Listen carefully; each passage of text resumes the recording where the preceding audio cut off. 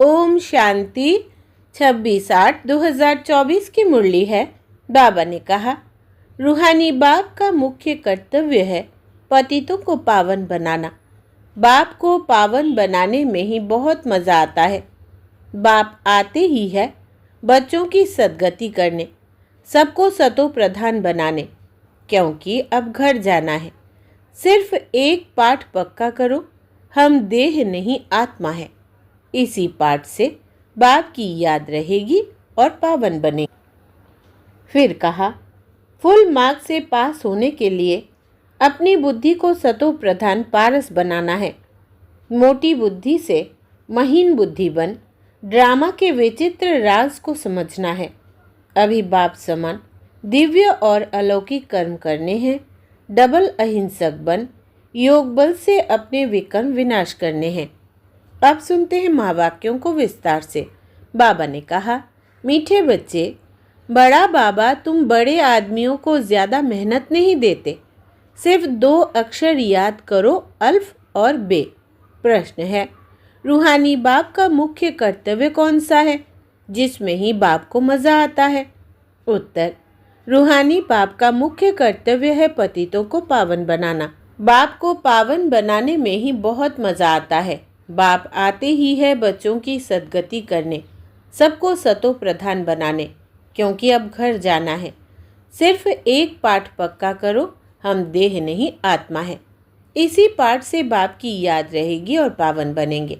ओम शांति। रूहानी बाप बैठ रूहानी बच्चों को समझाते हैं। बाप को भी मज़ा आता है तुम बच्चों को पवित्र बनाने में। इसलिए कहते हैं, पतित पावन बाप को याद करो। सर्व का सद्गति दाता वह एक ही बाप है और कोई है नहीं। यह भी तुम अभी समझते हो कि अब घर जाना है ज़रूर। पुरुषार्थ ज़्यादा करने के लिए बाप कहते हैं, याद की यात्रा ज़रूरी है। याद से ही पावन बनेंगे। फिर है पढ़ाई। पहले अल्फ बाप को याद करो, पीछे यह बादशाही जिसके लिए तुमको डायरेक्शन देते हैं। तुम जानते हो 84 जन्म कैसे लेते हैं। सतो प्रधान से तमो प्रधान बनते हैं, सीढ़ी नीचे उतरना होता है। अब फिर सतो प्रधान बनना है। सतयुग है पावन दुनिया, वहाँ एक भी पतित नहीं। सतयुग में यह बातें होती नहीं। मूल बात है पावन बनने की। अभी तो पवित्र बनो, तभी नई दुनिया में आएंगे और राज्य करने लायक बनेंगे। सबको पावन बनना ही है, वहाँ पतित होते ही नहीं। जो अभी सतो प्रधान बनने का पुरुषार्थ करते हैं वही पावन दुनिया के मालिक बनेंगे। मूल बात ही एक है। बाप को याद करने से सतो प्रधान बनना है। बाप कोई ज़्यादा मेहनत नहीं देते हैं, सिर्फ कहते हैं अपने को आत्मा समझो। बार बार कहते हैं, पहले यह पाठ पक्का करो, हम देह नहीं, हम आत्मा है, बस। बड़े आदमी जास्ती नहीं पढ़ते हैं, 2 अक्षर में ही सुना देते हैं। बड़े आदमी को तकलीफ नहीं दी जाती है। तुम जानते हो सतो प्रधान से तमो प्रधान बनने में कितने जन्म लगे हैं? 63 जन्म नहीं कहेंगे, 84 जन्म लगे हैं। यह तो निश्चय है ना, हम सतो प्रधान थे, स्वर्गवासी अर्थात सुखधाम के मालिक थे। सुखधाम था जिसको ही आदि सनातन देवी देवता धर्म कहा जाता है। थे वो भी मनुष्य, सिर्फ दैवी गुण वाले थे। इस समय है आसुरी गुण वाले मनुष्य। यह तो शास्त्रों में लिख दिया है कि असुरों और देवताओं की युद्ध लगी, तब देवताओं का राज्य स्थापन हुआ। यह तो बाप समझाते हैं। तुम पहले असुर थे, बाप ने आकर ब्राह्मण बनाए, ब्राह्मण से देवता बनाने की युक्ति बताई है। बाकी असुरों और देवताओं की लड़ाई की तो बात ही नहीं। देवताओं के लिए कहा जाता है अहिंसा परमो धर्म। देवता कभी लड़ाई थोड़े ही करते, हिंसा की बात हो न सके। सतयुग में दैवी राज्य में लड़ाई कहाँ से आई? सतयुग के देवता यहाँ आकर असुरों से लड़ेंगे या असुर वहाँ देवताओं के पास जाकर लड़ेंगे? हो नहीं सकता। यह है पुरानी दुनिया, वो है नई। फिर लड़ाई कैसे हो सकती? भक्ति मार्ग में तो मनुष्य जो सुनते हैं वो सत सत करते रहते हैं। कोई की बुद्धि नहीं चलती है, बिल्कुल ही पत्थर बुद्धि है। कलयुग में पत्थर बुद्धि, सतयुग में पारस बुद्धि होते हैं। राज्य ही है पारसनाथ का, यहाँ तो राज्य है नहीं। द्वापर के राजा भी अपवित्र थे। रत्न जड़ित ताज था, लाइट का नहीं, अर्थात पवित्रता नहीं थी। वहाँ सब पवित्र थे। इसका मतलब यह नहीं कि लाइट कोई ऐसे ऊपर थोड़ी रहती है, नहीं। चित्र में पवित्रता की निशानी लाइट दिखाई है। इस समय तुम भी पवित्र बनते हो। तुम्हारी लाइट कहाँ है, यह तुम जानते हो। बाप से योग रख पवित्र बनते हैं। वहाँ विकार का नाम नहीं। विकारी रावण राज्य ही खत्म हो जाता है। यहाँ रावण दिखाते हैं, यह सिद्ध करने के लिए कि अभी रावण राज्य है। रावण को हर वर्ष जलाते हैं, परंतु जलता नहीं है।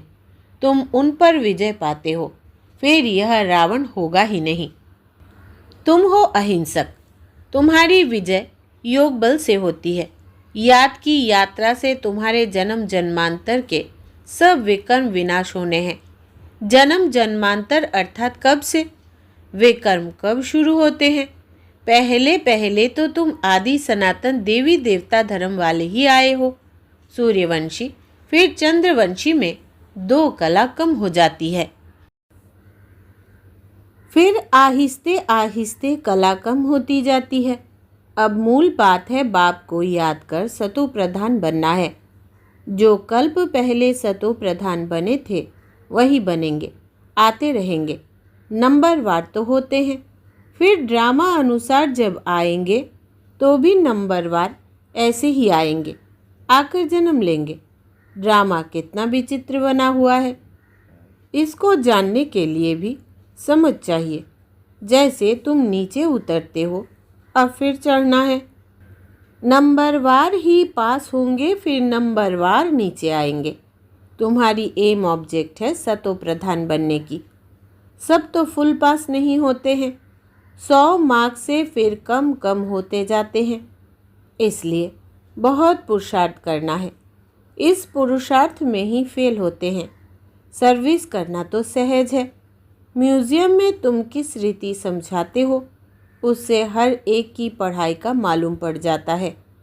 हेड टीचर देखेगा कि यह ठीक नहीं समझाते हैं तो खुद जाकर समझाएंगे, आकर मदद करेंगे। 1-2 गाइड रखे जाते हैं जो देखते हैं यह ठीक समझाते हैं। कोई कुछ पूछता है तो मूंझ तो नहीं जाते। यह भी समझते हैं सेंटर की सर्विस से प्रदर्शनी की सर्विस अच्छी होती है, प्रदर्शनी से म्यूज़ियम में अच्छी होती है। म्यूज़ियम में शो करते हैं अच्छी तरह से, फिर जो देख कर जाते हैं औरों को सुनाते रहेंगे। यह तो पिछाड़ी तक चलता रहेगा। यह गॉडफादरली वर्ल्ड यूनिवर्सिटी अक्षर अच्छा है। इसमें मनुष्य का तो नाम ही नहीं। इनका उद्घाटन कौन करता है? बाप ने कहा है, तुम बड़े आदमी से उद्घाटन कराते हो तो बड़े का नाम सुनकर बहुत आते, एक के पिछाड़ी ढेर आ जाएंगे। इसलिए बाबा ने दिल्ली में लिखा कि बड़े बड़े आदमियों की जो ओपिनियन है वो छपाओ, तो मनुष्य देख कर कहेंगे इनके पास इतने बड़े बड़े आदमी जाते हैं, यह तो बहुत अच्छा ओपिनियन देते हैं, तो यह छपाना अच्छा है। इसमें और तो कोई जादू आदि की बात नहीं। इसलिए बाबा लिखते रहते हैं ओपिनियन का किताब बनना चाहिए, यहाँ भी बांटना चाहिए। गाया जाता है झूठी काया झूठी माया, इसमें सब आ जाते हैं। बहुत है जो कहते हैं यह रावण राज्य राक्षस राज्य है। पहले तो जिनका राज्य है उनको ख्याल आना चाहिए। कहते हैं हम पतितों को पावन बनाओ, तो पतित पने में सब कुछ आ गया। सब कहते हैं हे पतित पावन, तो ज़रूर पतित ठहरे ना। तुमने यह चित्र भी राइट बनाया है कि पतित पावन परमपिता परमात्मा है या सब नदी नाले। अमृतसर में भी तालाब है, पानी सारा मैला हो जाता है, उसको वो लोग अमृत का तालाब समझते हैं। बड़े बड़े राजे लोग अमृत समझ तालाब साफ करते हैं। इसलिए नाम ही रखा है अमृतसर। अब अमृत तो गंगा जी को भी कहते हैं। पानी इतना गंदा हो जाता है, बात मत पूछो। बाबा का इन नदियों आदि में स्नान किया हुआ है, बहुत गंदा पानी होता है। फिर मिट्टी उठाकर लगाते हैं। बाबा अनुभवी है ना, शरीर भी पुराना अनुभवी लिया है। इन जैसा अनुभवी कोई होगा। बड़े बड़े वाइस रॉय, किंग्स आदि से भी मुलाकात करने का अनुभव था। ज्वार बाजरी भी बेचते थे, बस 4-6 आना कमाया तो खुश हो जाते थे बचपन में। अब तो देखो कहाँ चले गए, गावड़े का छोरा। फिर क्या बनते हैं? बाप भी कहते हैं मैं साधारण तन में आता हूँ। यह अपने जन्मों को नहीं जानते हैं, कैसे 84 जन्म ले पिछाड़ी में छोरा बना। यह बाप बैठ समझाते हैं। चरित्र न श्री कृष्ण के है न कंस के है। मटकी फोड़ना आदि यह सब तो श्री कृष्ण के चरित्र हो नहीं सकते। बाप देखो कितना सिंपल बताते हैं। मीठे मीठे बच्चों, उठते बैठते तुम सिर्फ मामे कम याद करो। मैं ऊंचते ऊंच सभी आत्माओं का बाप हूँ। तुम जानते हो हम सब ब्रदर्स हैं, वो बाप है। हम सभी ब्रदर्स एक बाप को याद करते हैं, वो तो है भगवान। हे ईश्वर कहते हैं, परंतु जानते कुछ भी नहीं। बाप ने अभी परिचय दिया है। ड्रामा के प्लान अनुसार इनको गीता का युग कहा जाता है, क्योंकि बाप आकर ज्ञान सुनाते हैं जिससे ऊंच बनते हो। आत्मा भी शरीर धारण कर फिर उवाच करती है। बाप को भी दिव्य अलौकिक कर्तव्य करना है तो शरीर का आधार लेते हैं। आधा कल्प मनुष्य दुखी होते हैं तो फिर बुलाते हैं।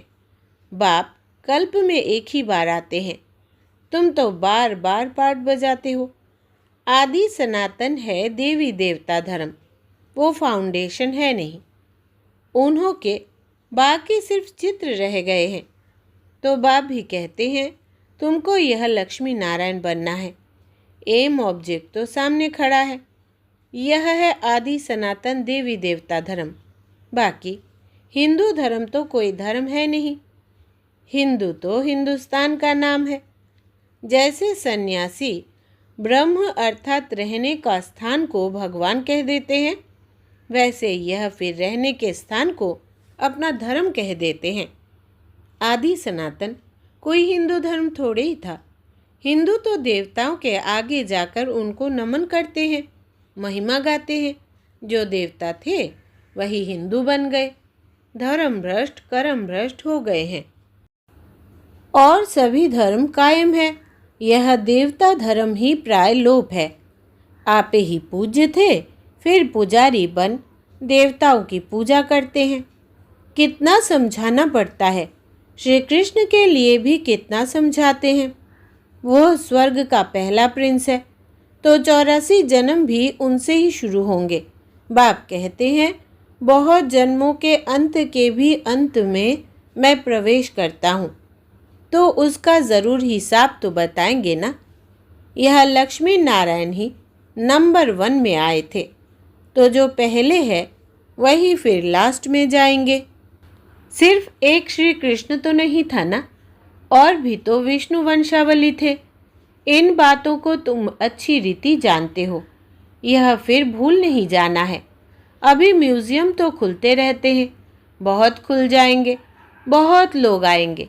जैसे मंदिर में जाकर माथा टेकते हैं, तुम्हारे पास भी देखते हैं लक्ष्मी नारायण के चित्र है, तो भक्त लोग उनके आगे पैसे रख देते हैं। तुम कहते हो यहाँ तो समझने की बात है, पैसे रखने की बात नहीं। अभी तुम शिव के मंदिर में जाओ तो पैसे रखेंगे क्या? तुम जाएंगे समझाने की एम से, क्योंकि तुम इन सब की बायोग्राफी को जानते हो। मंदिर तो बहुत है, मुख्य है शिव का मंदिर। वहाँ औरों की मूर्तियाँ क्यों रखते हैं?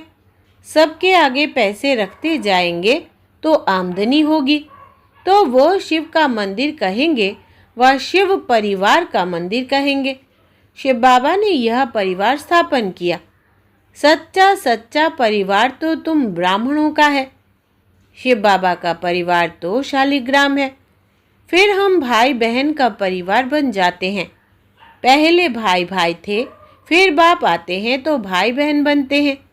फिर तुम सतयुग में आते हो तो वहाँ परिवार और बड़ा होता है। वहाँ भी शादी होती है तो परिवार और वृद्धि को पाता है। घर अर्थात शांति धाम में रहते हैं तो हम भाई है, एक बाप है। फिर यहाँ प्रजापिता ब्रह्मा की संतान भाई बहन है और कोई नाता नहीं है। फिर रावण राज्य में बहुत वृद्धि होती जाती है।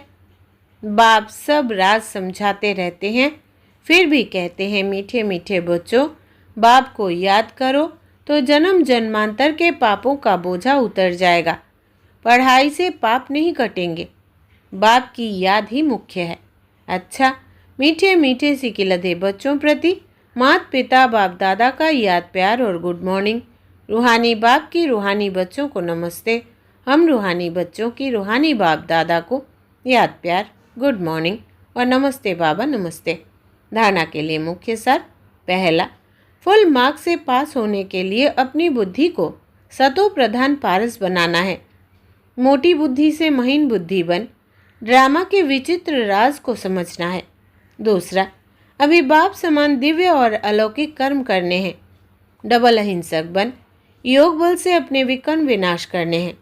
वरदान है, कर्म और योग के बैलेंस द्वारा ब्लेसिंग का अनुभव करने वाले कर्मयोगी भव। विस्तार है, कर्मयोगी अर्थात हर कर्म योग युक्त हो। कर्मयोगी आत्मा सदा ही कर्म और योग का साथ अर्थात बैलेंस रखने वाली होगी। कर्म और योग का बैलेंस होने से हर कर्म में बाप द्वारा तो ब्लेसिंग मिलती ही है, लेकिन जिसके भी संबंध संपर्क में आते हैं उनसे भी दुआएं मिलती है। कोई अच्छा काम करता है तो दिल से उसके लिए दुआएं निकलती है कि बहुत अच्छा है, बहुत अच्छा मानना ही दुआएं हैं। स्लोगन है, सेकंड में संकल्पों को स्टॉप करने का अभ्यास ही कर्मातीत अवस्था के समीप लाएगा। सेकंड में संकल्पों को स्टॉप करने का अभ्यास ही कर्मातीत अवस्था के समीप लाएगा। अच्छा, ओम शांति।